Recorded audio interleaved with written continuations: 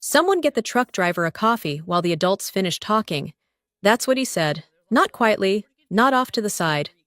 He said it into a live mic, clear, deliberate, and timed perfectly for the room, and the cameras, three of them, mounted high in the corners of the boardroom, streaming the entire leadership transition of Blackridge Industrial Group to investors, legal archives, and anyone with access to the internal feed that morning. My hand was still extended when he said it. I had stepped forward to greet the incoming CEO polished table. Glass walls overlooking downtown Chicago. The kind of room designed to project control. I was holding a bouquet in my left hand, white lilies and eucalyptus, ordered under my name at their request for presentation optics. He didn't look at my face first. He looked at my boots. Then the flowers. Then made his decision. 2 seconds. That's all it took. My name is Thalia Ward. I'm 52 years old, managing partner at Northcrest Capital, a private investment firm that doesn't show up for meetings like this unless the numbers matter. And the numbers that morning, $2.1 billion in committed capital. What I'm about to tell you is how one sentence, just 11 words spoken into a hot mic in a Chicago boardroom, ended up costing a chairman his job, his reputation, and every dollar of that commitment before lunch. Before we go any further, take a moment to subscribe, but only if this story truly resonates with you. I'd also love to know where you're listening from and what the temperature is like there right now.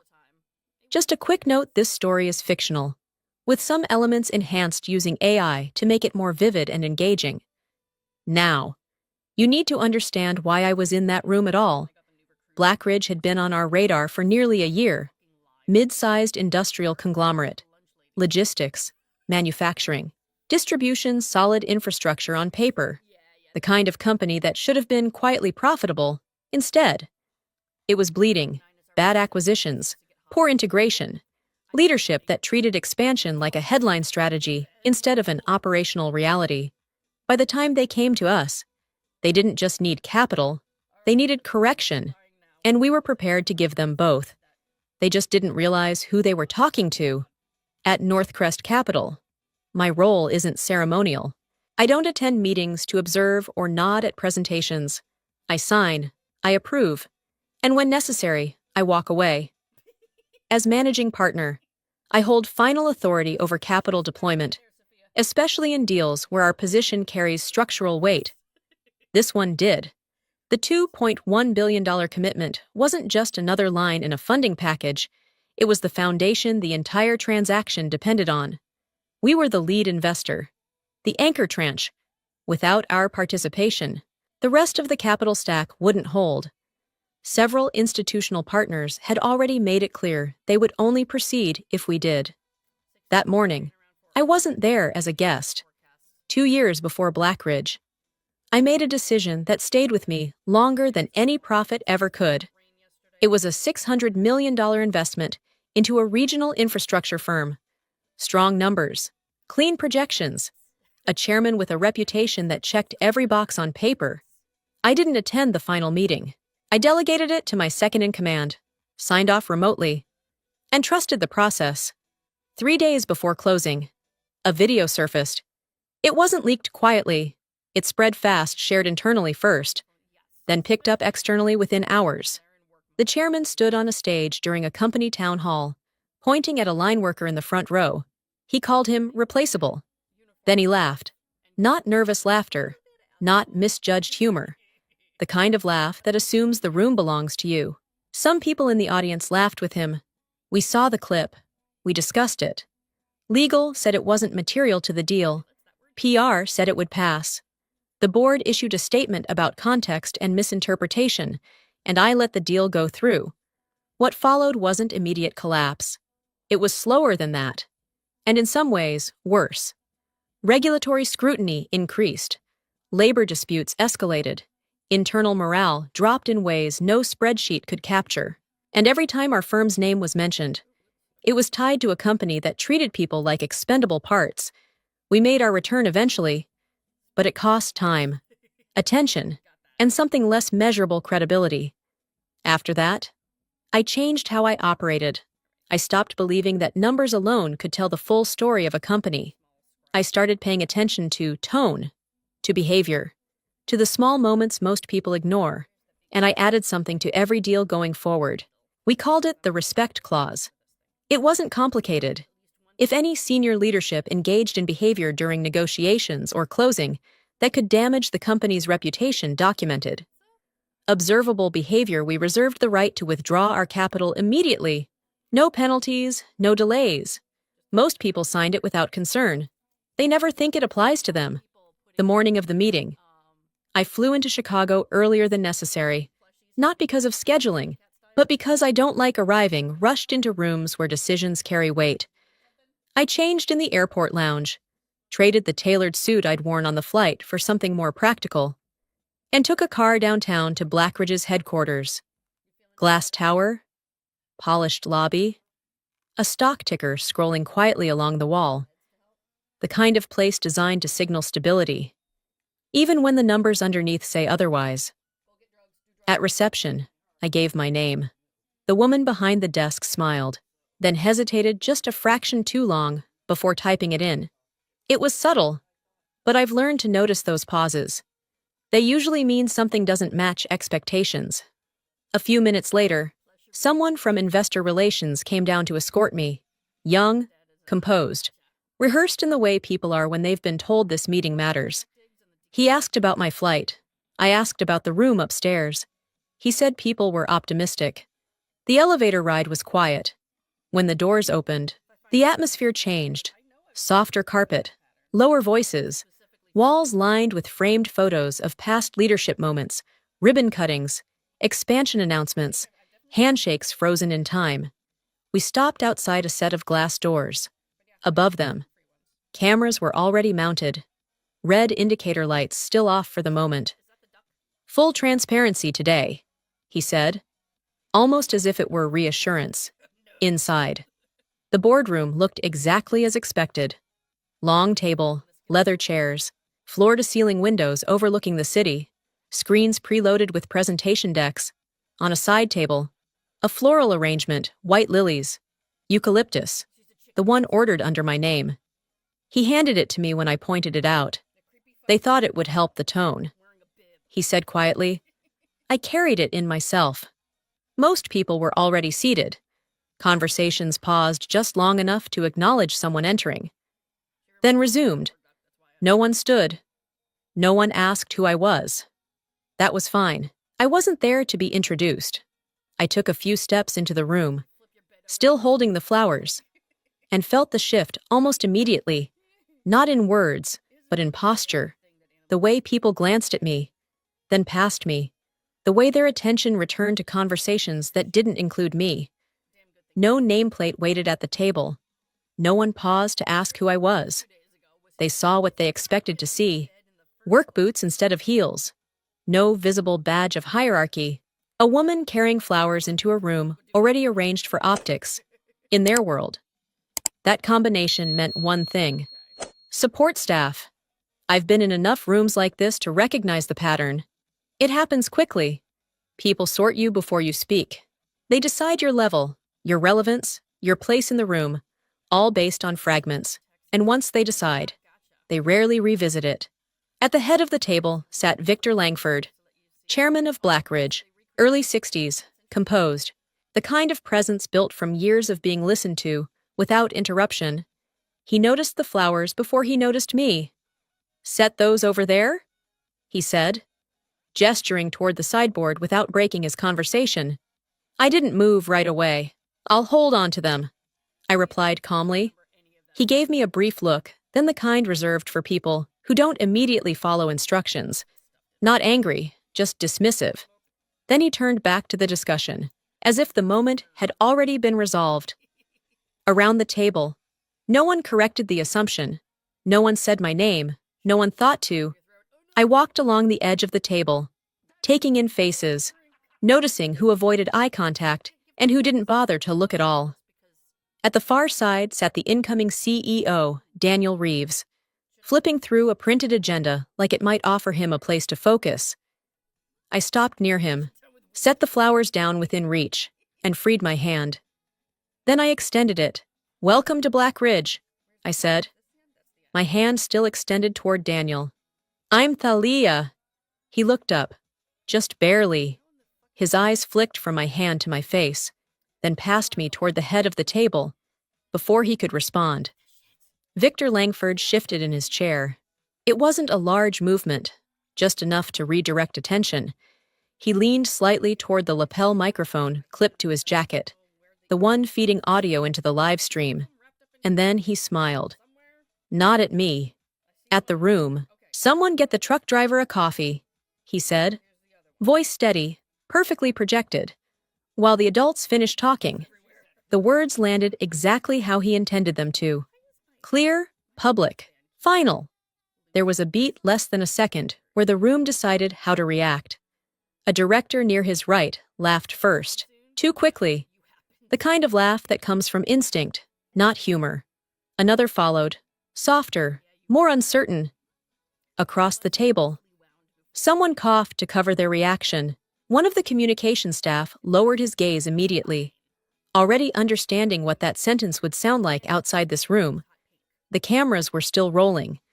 I didn't pull my hand back right away. I let it remain there, suspended between us. Long enough for the silence underneath the laughter to settle. Long enough for anyone who wanted to step in to correct it, to redirect it to have the opportunity. No one did. Daniel glanced down at his papers, suddenly very focused on something that wasn't happening in front of him. He didn't move his hand, didn't acknowledge mine. That told me everything I needed to know. Victor's eyes finally met mine, measuring, checking whether I understood what he had just established, whether I would accept it. I lowered my hand on my own terms. No rush, no reaction, just a small, deliberate motion, like closing a door. Then I picked up the flowers, walked past the empty seats, and took the one at the far end of the table. No nameplate there either. That was fine. It suited the role they had already assigned me. Around the room, conversations tried to resume, voices lifted, then settled again, slightly tighter than before. Someone adjusted papers, someone else reached for water they didn't drink. Victor turned back to the front of the room, as if nothing of consequence had just happened. "Let's begin," he said. And just like that, the meeting moved forward, as if the ground hadn't already shifted. "Now I want to hear from you. If you think Victor Langford was right to put someone in their place like that, go ahead and comment agree. But if you believe that moment crossed a line that arrogance has consequences, then write arrogant. I'm genuinely curious where you stand. Because sometimes a single sentence reveals more about a person than years of success ever could." The first slide appeared on the screen title. Transition plan. Projected timelines. Victor spoke with the ease of someone who had done this 100 times. Voice smooth. Confident. Already moving the room forward, as if nothing had disrupted the flow. I let him get through the opening lines. Then I spoke. "Before you continue," I said, not raising my voice, just placing it where it couldn't be ignored. "There's something this room needs to be clear about." The words cut cleanly across the table. Conversations stopped without being told to. Victor turned, irritation flickering for a fraction of a second, before settling into something more controlled. "We're not taking input from staff during the session," he replied, the edge of a smile still there. "If you have something, leave it with investor relations afterward." I met his gaze. "If you're not willing to acknowledge the person sitting across from you," I said, "then by tomorrow morning, $2.1 billion will no longer be part of this deal." Silence followed, but not the kind that comes with confusion, the kind that comes with calculation. Someone shifted in their chair. A pen stopped mid-note. Eyes moved not toward me, but toward Victor, waiting for him to reassert control. A director let out a short laugh. Too loud. Too forced. "Let's keep things professional," he said, as if labeling the moment would contain it. Victor leaned back slightly, studying me now with more attention than before. "That's quite a statement," he said. "Capital is already secured. I am the capital," I replied. The words didn't echo. They settled. Across the table, the CFO straightened, his expression tightening as something in his mind aligned with what I had just said. The room was starting to understand, not all at once, but enough. Victor's expression didn't change much, but his certainty did, and for the first time since I walked into that room, he wasn't entirely sure where I stood. For a moment, no one spoke, not because they didn't have questions, but because the room was busy rearranging itself around a new reality. The CFO was the first to break the silence. "We'll need direct confirmation from the capital provider," he said carefully, choosing each word with precision. "Legal documentation alone won't suffice. It requires authorized release." Victor's eyes shifted back to me. "Slower this time. You're saying you control the funds?" he asked. Not dismissive anymore, not amused, just verifying. "I'm the managing partner of Northcrest Capital," I said, authorized to release the full commitment. "How much?" someone asked from midway down the table, as if the number might have changed. "All of it," I answered. The words settled differently now. The lead independent director leaned forward, flipping open the folder in front of him. Pages turned, eyes scanned. The clause was there, clear, direct, unmistakable. Reputational conduct, immediate withdrawal rights, no penalty. "I remember this," he said quietly. "It was revised during the second negotiation round, at my request," I said. Victor exhaled, a short breath that didn't quite hide the shift in his posture. "You were concerned about optics," he said, trying to place the logic back into something manageable. "I was concerned about behavior," I replied. That landed harder than anything else so far. Across the room, attention moved not toward the screens anymore, but toward each other, toward risk, toward implication. The incoming CEO finally looked up, really looked this time, his expression no longer distant. "What qualifies as documented conduct?" he asked. The director didn't hesitate.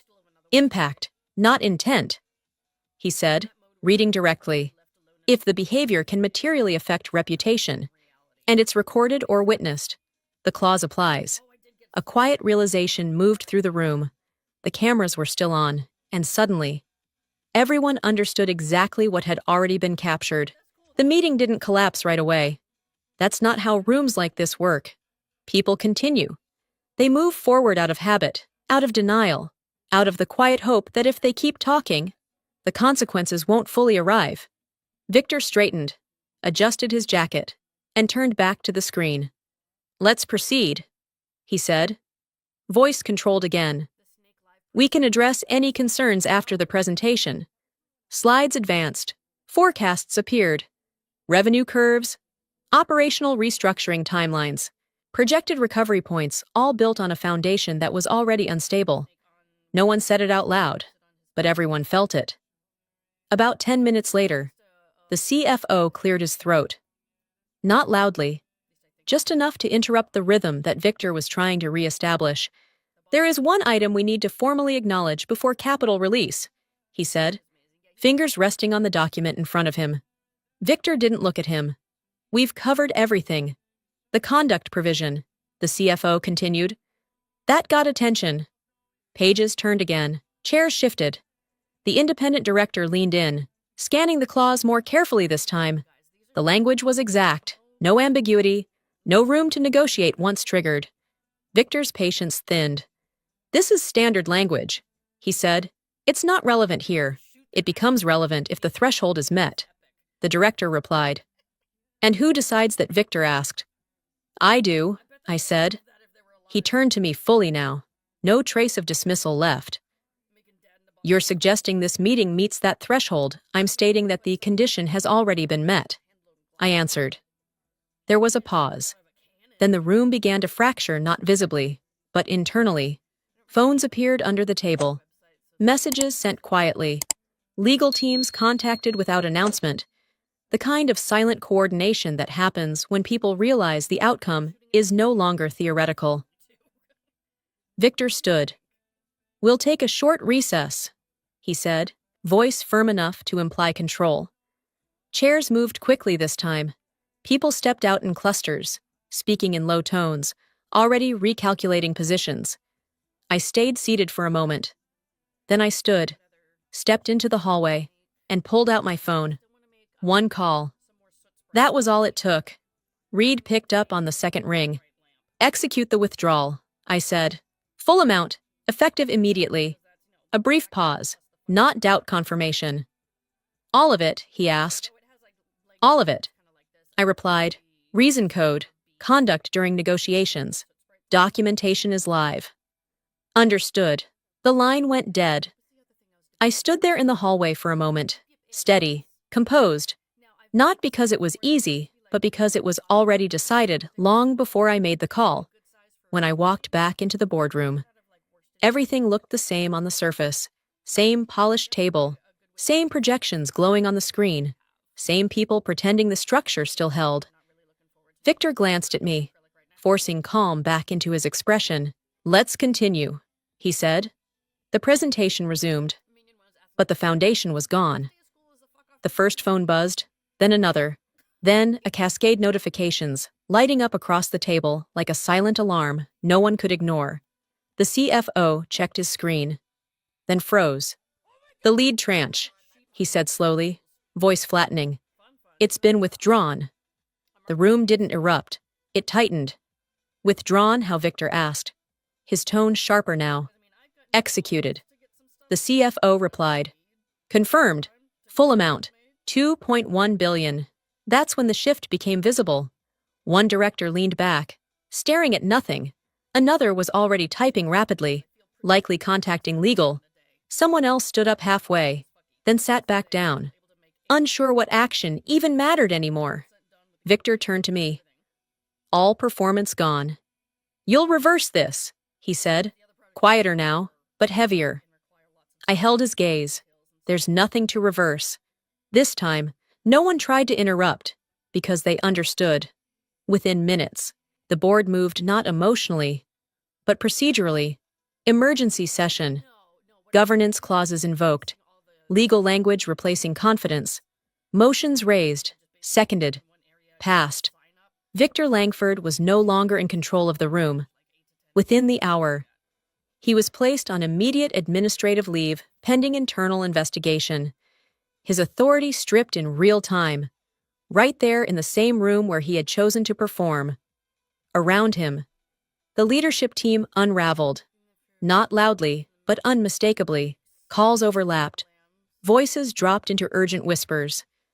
The incoming CEO sat in silence, staring at a deal that no longer existed. The board wasn't discussing growth anymore. They were discussing damage control. Because the truth was simple. Blackridge hadn't just lost funding. They had lost their lifeline. The $2.1 billion wasn't optional capital, it was survival. Without it, restructuring stalled. Partners hesitated. And the market would react before the day was over.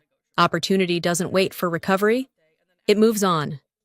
I stood, adjusted my coat, and walked out without needing acknowledgement. No one stopped me by the time I reached the elevator. The outcome was already sealed, not by contracts, by a moment, as the doors closed. I thought about how quickly things shift when respect is treated like an afterthought. And as I left the building, there was only one thing left worth saying. Respect isn't something you offer after the deal is done. It's the price of entry to the conversation. If you would have made the same choice I did, walking away and pulling the entire $2.1 billion after that moment, right, yes, so I know I wasn't alone in that decision. If you would have stayed, ignored the insult, and protected the deal instead, then be honest and right, stay. And if you're still thinking it through, weighing respect against opportunity, just right time. There's no right answer for everyone, but your answer says a lot about what you value when it truly matters. I walked away from $2.1 billion, not because I could afford to lose it, but because I couldn't afford to ignore what it revealed. In that room, I was reminded that respect isn't a gesture, it's a standard. The way people treat others when they think it doesn't matter, that's who they really are. And I've learned that no deal, no opportunity, no number is worth compromising that truth. If this story meant something to you, then you're someone who understands value beyond money. Be part of this community, share your thoughts, like the video, and subscribe so we can keep telling stories that actually matter.